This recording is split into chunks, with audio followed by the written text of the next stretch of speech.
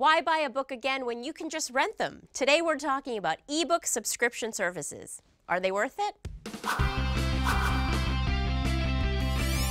Welcome to Geek vs. Geek, where Dave Johnson and Rick Broida fight it out over all things tech. I'm your host, Helen Hong. Ebook subscription services let you read as many books as you like for a fixed monthly fee, but are they worth it? They are.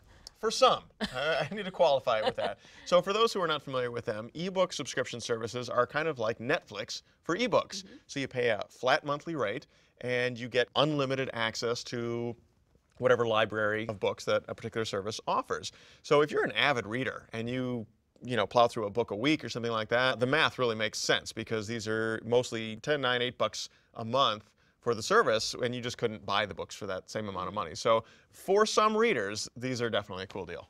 Not for some readers, but for very, very, very few. Like the kind of select audience that this is for are people that got in a car accident and dragged themselves to a nearby hut in the woods and they can't get out and they're just trapped there with their iPad. Like Misery. Yes, exactly. It's for misery turn. Anyone that's in misery, this might be good for. Or someone who's retired and just sits around all day long reading.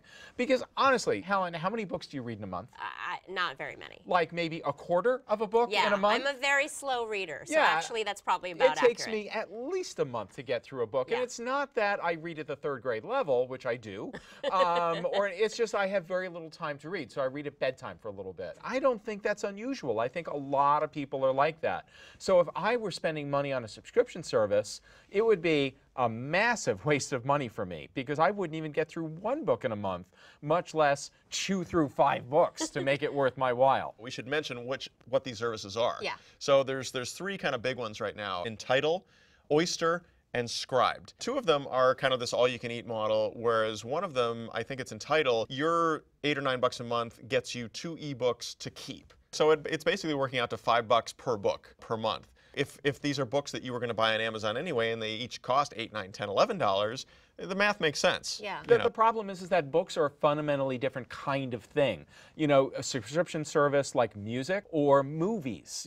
things like that where you can consume multiple ones in a day or in a week, that's great. Books just don't work that way.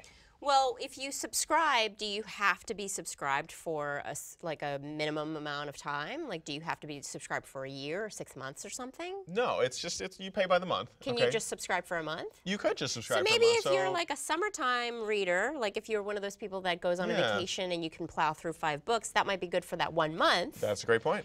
Or after you drag yourself into that cabin in the woods, just for that time until someone comes and rescues you. Yeah. Well, Rick thinks the subscription services are worth it. Dave thinks not so much, especially if you're a slow reader like all of us are.